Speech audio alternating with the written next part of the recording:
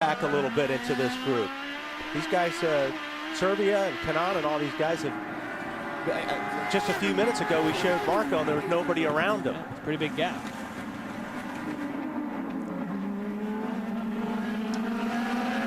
Which bodes well, obviously, if you're Oriole Serbia, you're like, aha, yeah, I've got something to work on here.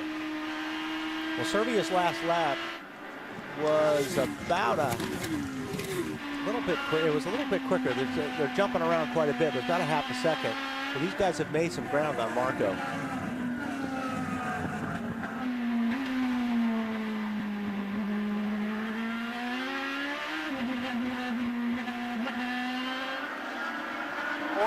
Four to go. And Marco's using his overtake defensively right now. Used it on that straightaway to try and keep that gap alive. It's not always for overtaking. Sometimes it's to prevent it.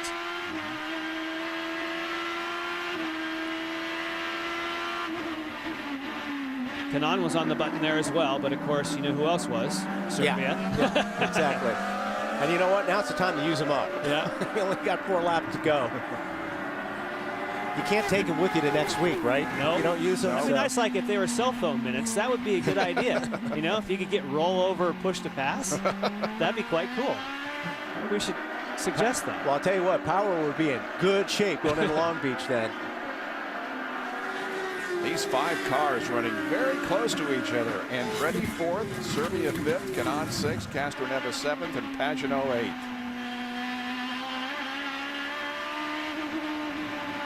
So does somebody in this group try something wild? Well, I think I mean, obviously, if you can get close enough to somebody, you've got to, it's almost a Hail Mary time. But 3 to go, keep digging. And it's not like they haven't been trying. You know, obviously, you can watch Tony's in-car camera, and he's had that wheel left, right, you know, even on the straightaways. So he's trying to get close to gap on Serbia. But these guys are so evenly matched right now. Oh, what do you think? Yeah. Oh, he locked it up. Oh, can he hang on? This is going to be it. Tony will get underneath him. Oh, cannot do it. Or can he? But don't go side by side up here. This is one of those places you just don't do it. This is where we have. This is not good. Yeah. There we go. But at least you're worrying them. You know, I mean, obviously Serbia's got a mirror full now. Yeah.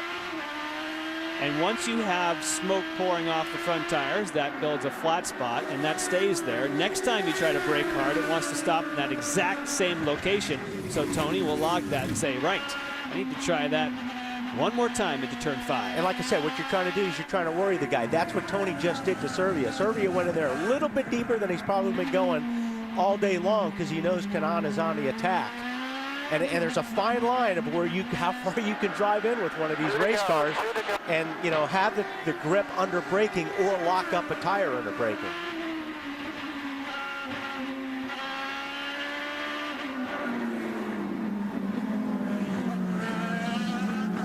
I think now Tony can get off this corner pretty good. He's in position now to try to make a out-braking maneuver.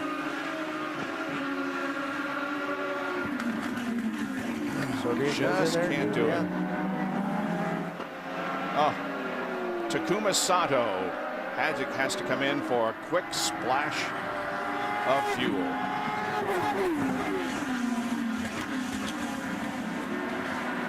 And there is Will Power, who is headed for the white flag. What a drive he has had this afternoon. Will Power with one more tour of the 2.3-mile course here at Barber Motorsports Park, and his advantage on Scott Dixon is now up to almost 3 seconds. Last lap.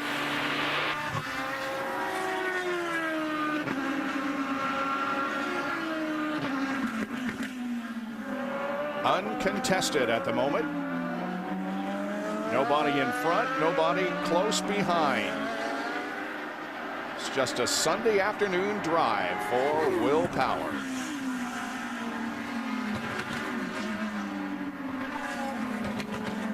From Toowoomba, Australia, Last week it was Dario Franchitti in victory lane. This week it's going to be Will Power. Those two drivers fighting for the title all season long last year. Looks like we may be set up for the same scenario this year. But today on a Sunday afternoon at Barber Motorsports Park, it is Will Power who takes his first step on the 2011 Road to Glory as he wins the Honda Indy Grand Prix of Alabama. Will Power goes to victory lane as the double checkers fly. Here's Dario Franchitti. Make that Scott Dixon finishing second. Franchitti is going to finish in third position, but let's go back and check out this battle now as we watch Tony Kanaan and Oriol Servia still going at it.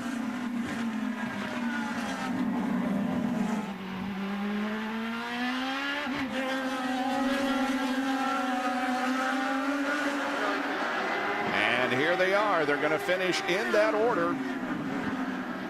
Servia finishes 5th, Kanaan 6th, Castroneves 7th, Pagano 8th, Di Silvestro gets a 9th finish, and Charlie Kimball gets a 10th. But what a Sunday afternoon drive for Will Power.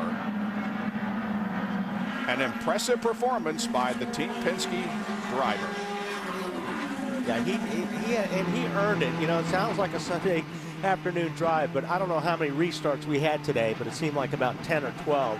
And he had to defend that position every time, and he got perfect restarts each time. It's Will Power's 10th career win, his first of this season. He now has wins in 5 consecutive seasons, his first win here at Barber. Kevin? Well, John Erickson was at home yesterday, got the call. He's worked with Penske for many years, and he's back on the stand. He's worked with Will Power as well, and he helps him get to victory lane.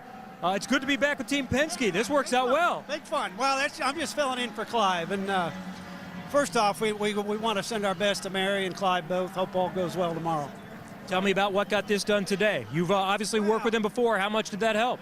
Yeah, the driver did it. The pit crew had great stops all day long. The engineers did a good job on the fuel mileage and keeping Will sorted out on what he needed to do.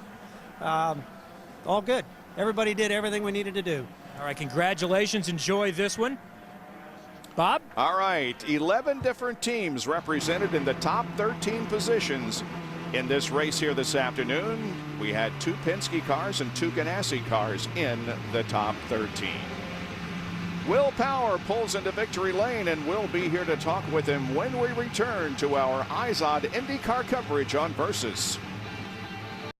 Well, the stats will show that you led every lap today, but how tough were some of those restarts against Scott Dixon?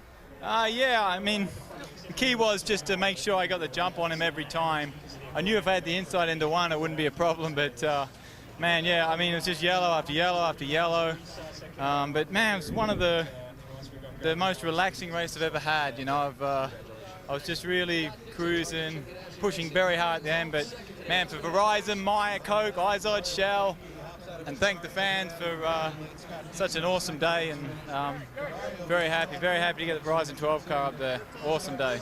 Were you aware that Scott wasn't very happy with one of those restarts? Was that relayed to you? I know he came up beside me and did something. I was like, what, dude? I mean, what was I doing wrong? I was just starting. I was maintaining speed, and I don't know what he was complaining about. Well, you are the leader of the race. After trying to get vengeance for losing the championship last year, a performance like this, wire to wire, what statement does that make about your race team? Man, I mean, it's the second year we've all been together, and we're just more solid. And I'm going to be a lot better on ovals, and I'm very determined. I want to win this championship. Told me he needed max points at these road courses. He did that today, leading every lap. First man in a year and a half to lead every lap at an event. He wins today, Bob.